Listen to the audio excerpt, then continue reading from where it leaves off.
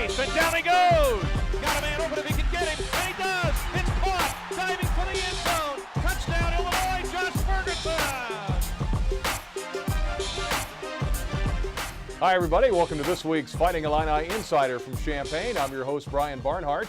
We'll be joined, as always, by Illini head football coach Tim Beckman. That comes up in just a few minutes. We'll take a look back at the Purdue game with some of the highlights from that ball game this past Saturday as we celebrated 125 years of Illini football. Some footage from the banquet that honored those players from the past as well, and the Illini history in general. We'll also take a look at some of the other athletic teams as they compete here at the University of Illinois with volleyball and soccer and cross country, all that straight ahead. Our keys to the player with star player Ernest Thomas, number 9 on your program. And of course, we'll look ahead to Illinois at Wisconsin coming up this weekend from Camp Randall Stadium. All that is straight ahead on this week's edition of Fighting Illini Insider. But first, the highlights from Illinois and Purdue this last Saturday. And hi, everybody. Welcome to Big Ten football, the second Big Ten conference game of the year for the Fighting Illini. This one back home at Memorial Stadium in Champaign as they take on the Purdue Boilermakers here this morning. Trying to stop Purdue in the opening series of the ball game. From their own 40, Appleby tucks it in the belly of Hunt, running to the right, looking for room. He's knocked off his feet. Nice tackle out there by V'Angelo Bentley. Quite a change, huh? Yes. Illinois 3rd and 6, back to pass Lunt, steps, throws right, looking for Dudek, trying to run under it. He dives, and he's got it down near the Purdue 40-yard line. The Boilermakers, who are 9th in the conference in pass defense, 12th in scoring defense. Swing pass left, Ferguson, catch 35-30. Left sideline 20, still on his feet inside the 15 before they wrap him up and drop him. Davis goes in motion. Lunt takes the snap, fakes a handoff, goes back to his left, man wide open, in the end zone, touchdown Illinois! It goes to Tyler White, the tight end. 3rd and 10 from its own 33, snap back to Lunt out of the gun, pocket closes, throws over the middle, looking for Davis, tough catch if he got it, at the 45, and they say he's got it. Lacoste in motion. Here is Lunt, fakes it to Lacoste, steps, throws right, got a man wide open at the 40, Ferguson, 30, 20, and he's out of bounds. Triple I look with Davis, Clary, and Ferguson. 1, 2, 3 in that order, handoff to Ferguson, veers to the right, he's untouched, into the end zone, touchdown Illinois. 2 receivers left, the back is Green to his left. From the Illinois 22, handoff to Green. I don't think he got it. He got the handoff, and the young tailback was shoved back at the line of scrimmage, and I think the Illini defense has held. And we're back to action, 1st and 10. Your own 22 for the Illini after the defensive stop. Lund going deep on the first play, looking for Dudek. Down the right side, he's got it. Oh, what a catch inside the 35 of Purdue, and he's out of bounds. From the Illini 3, 1st and goal. Snap back to Appleby, hands it to Hunt, and this time the Illini string it out. They throw him down. Ernest Thomas greets him at the 10-yard line. 3rd and goal at the Illinois 1. Purdue trying to take the lead. Late in the first half, the pitch is to Green, juggled it briefly, and T.J. Neal and others with Monheim there to wrap him up and throw him down. Starts this drive here at his own 41. Snap back to Lunt, delayed handoff to Ferguson, pitches it back to West, throwing it deep, looking for Dudek, and he's got another one. Inside the 15-yard line. Oh, he is something else. Here comes the snap back to him, short drop, throw to the right, Allison turns around, and a diving catch, and he's got it for the touchdown. Midway in the end zone on the right side, 7 yards to Allison. 3 receivers left for Wes Lund, working with the wind here in the 3rd. Fakes a handoff, throws a strike over the middle, got his man Dudek, 25-20, there he is again, and he's got a first down at the Purdue 21. Young still in there, hurry up mode, snap, Lund, Young up the middle, plowing his way in, and he has down at the 1. Oh, come on, that's a touchdown, it is. Thank you. Touchdown, Illinois. Not sure what they were waiting for. I don't know either. Young is in the backfield. He's been busy today. Snap back to Wes Lund. Throws it left. Ooh, tough pass caught by Hardy. In traffic. First down, Illinois down at the 35-yard line. Here's the snap back to Riley O'Toole. The rush on. He throws it over the middle looking for Dudek. And he got him down near the 20-yard line. Riley O'Toole's run this offense very well in practice. 2-minute drill. Throws it over the middle. Got a man wide open. It is caught. Martez Barr inside the 15. He's down at the 10 between the hash marks. 38-27 Boilermakers. Here's the snap back to Riley O'Toole. Sets up. Throws it deep over the middle. Got a man. Caught. Barr again. Down to the 20 of the Boilermakers. Two teams shaking hands as they cross the field. Purdue will head back to West Lafayette. And the Boilermakers win it today, 38-27 in Champaign. Hi, everybody. Welcome back as we continue on Fighting Illini Insider. As always, we like to be joined by head coach Tim Beckman here as we look back at the last football game. And, Coach, a loss to Purdue at home. A game really came down to a couple of big plays, maybe 3 or 4 for Purdue, and then our inability to cash in the red zone. Those were the two key things. No question, Brian. You know, it was definitely a tough loss, no question about that. And, you know, in the game of football, there's those certain plays, and you've got to make those plays, especially in the Big Ten. We can't miss tackles like we did, and we got to take advantage of those red zone opportunities and put points on the scoreboard. So that's the name of the game, and we've got to get better at doing those things, so we're going to attack this next half of the season. All right, we'll talk about the Wisconsin Badgers coming up a little later in the show. Let's talk, though, first of all, about the 125 years of Illinois football. I know you're proud to be a part of that history, and certainly a lot of great players came back to visit. Oh, it was great to have those former players back, and you know that's what this program's all about, is the legacy that these gentlemen have left. We were able to have some of them at practice because we practiced prior to them coming back for the banquet. So that's what college football is all about, to see the great ones come back and join their university and come back together as one. And it was a great, great event. Yep, a lot of great players on that list, and certainly heard from some speakers and a chance to hear from those guys from the past. Always great to have the former Illini back in town. Well, let's talk about the game now, and a big offensive day. First of all, let's start with Mikey Dudek, young man from near Naperville. Another big day, 200 yards. Well, again, just think about his 6th game of his college career, and he just gets better and better each week. He's kind of become our go-to guy. Takes coaching very well, and you know, he's got some athletic capabilities, some receiver capabilities, as you can see right there, of catching the football to get himself open. So we're looking forward to seeing this second half of the season with him. Well, certainly does a great job of getting open. That's the first thing. Well, you can see how he runs. I mean, he's not looking back for the football. He's running his route. He's trying to be precise and do it. All right, a lot of receptions for Dudek. He was only the 4th Illini, by the way, 200 yards in a game receiving. Yeah. So that was a great accomplishment. Josh Ferguson also not only busy in the backfield, about 60 yards rushing, but he caught 10 passes for the day as well. Busy day for him. Again, just trying to get him the football.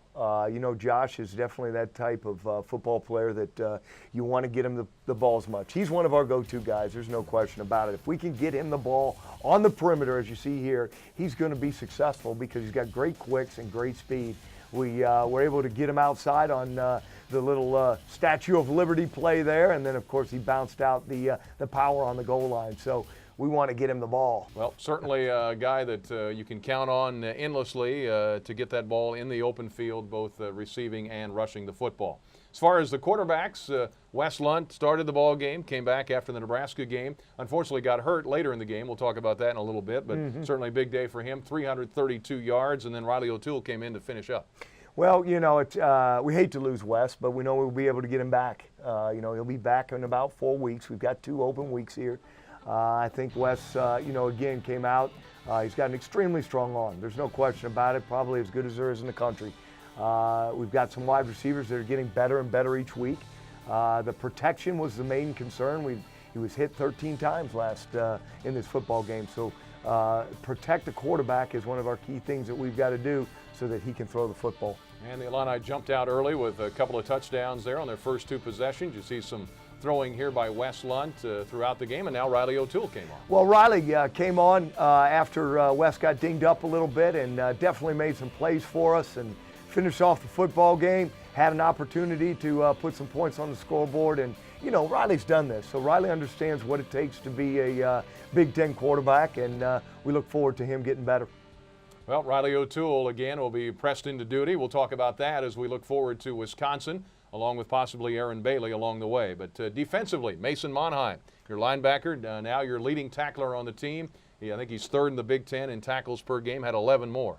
Well, you talk about a defense that played really well, and that's hard to say, but they played well except for those key plays in that football game. And, that's the things that you see Mason doing. But for a defense as a whole, we have got to make sure that we're attacking that football and making key plays when we're able to make those plays. And that's tackle better, that's getting and shedding blockers better, and keeping great eye discipline and fitting where needed. Yep. But when we do that, you can see that we can be successful. Yep, Zane Petty also added 9 tackles. You see a pass break up there, and so the Illini defense led by those two guys. In fact, Illinois leading the Big Ten in tackles for loss per game, just over 7 per contest.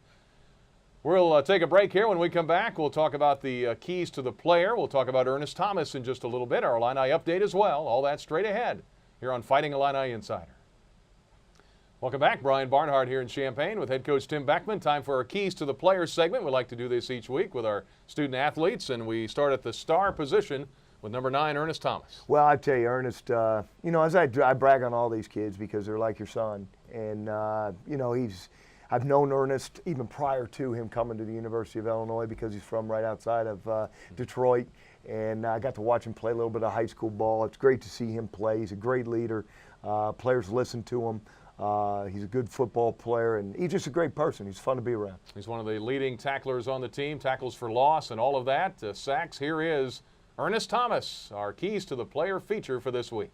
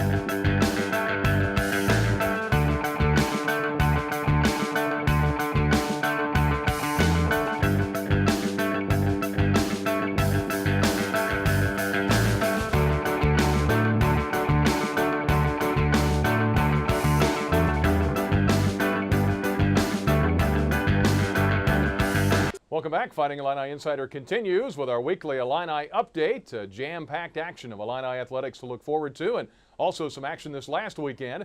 Let's take a look at all that next. Let's start with volleyball. First of all, the 16th ranked Illini volleyball team hosting a pair of ranked Big Ten opponents during the last week at home. Coming away splitting the 2 matches. They notched a sweep against number 18 Minnesota. Illinois set a new Huff Hall record on Saturday against Wisconsin with a sellout crowd of 4,536 that broke a 22-year-old record. Despite the rowdy crowd, the Orange and Blue fell short of the upset to the Badgers. They dropped their first home match of the year, the Illini beginning a 4-match road slate on Wednesday when they traveled to Ohio State. The Illini women's golf team traveled to Iowa City this last weekend for the Diane Thomason Invitational. Came back with some hardware. The Illini shot a team score of 3 over par in the 3rd round to take the tournament title by 14 strokes over the host Hawkeyes.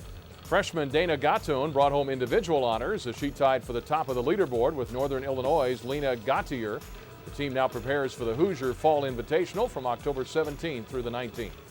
The 19th ranked women's soccer team dropped consecutive matches for the first time this season after falling to Northwestern in Evanston on Sunday. The Illini outshot the Wildcats 17-12 on the day, but couldn't get one in the back of the net, slipping to 9-4 on the year, losing 2-0. The Illini now back home for a matchup against Minnesota after a 3-game road trip. That's it for this week's Illini Update. I'm Brian Barnhart. When we return, we'll talk to head coach Tim Beckman with football as we talk Illinois and Wisconsin. Next on the Fighting Illini Insider.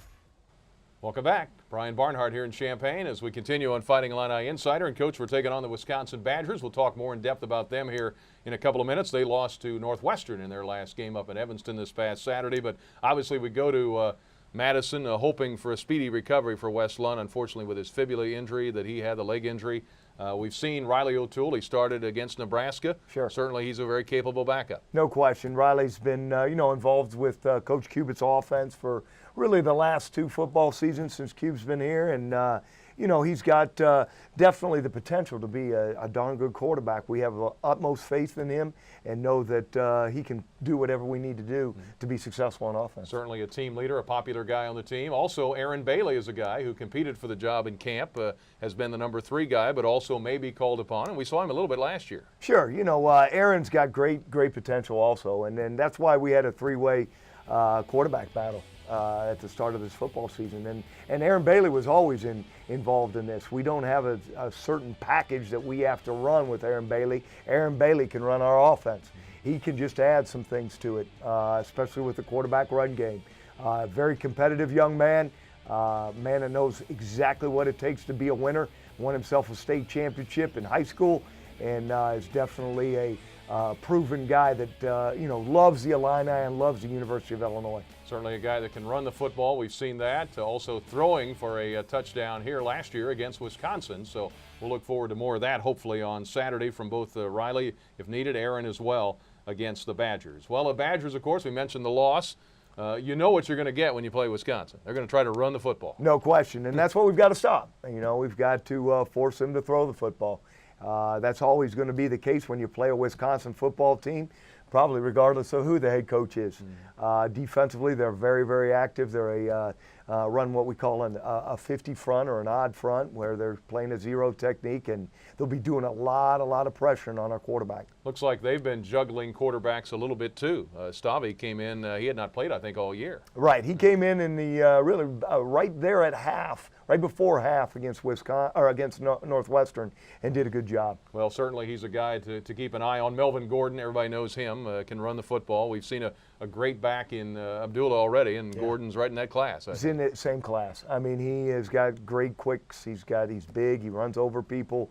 He can run around you. One of those top 5 backs in the country for sure. You look at the stats for Wisconsin defensively, they're among the nation's leaders in a lot of different categories. I don't know if there's probably a couple of guys that lead the way, but from a standout spot, but as a team defense, they do really well overall, I think. They've done better. There's no question. They've got a lot of new faces on defense. They don't have the same guys that they had there last year, but they're playing aggressive, and they've done an extremely good job against some pretty good offenses. A lot of great settings in this conference. Camp Randall is one of those. There's no doubt. No question. I mean, I've been in this conference prior to this job, and it's always a great place to go play a college football game. Yep. Well, Coach, we're going to look forward to it. The trip to Madison, Wisconsin, and obviously looking for a win up there against a team that is among the best in the Big Ten, but also a little bit wounded as they're coming off that loss last week. Well, it's about tackling for us, and it's about being successful in the red zone. So if we can get those things accomplished, we've got a great chance of winning this game. Hey, Coach, good luck this week up in the red-clad Camp Randall Stadium. Thanks, Brian. We appreciate it. Head Coach Tim Beckman with us, as always,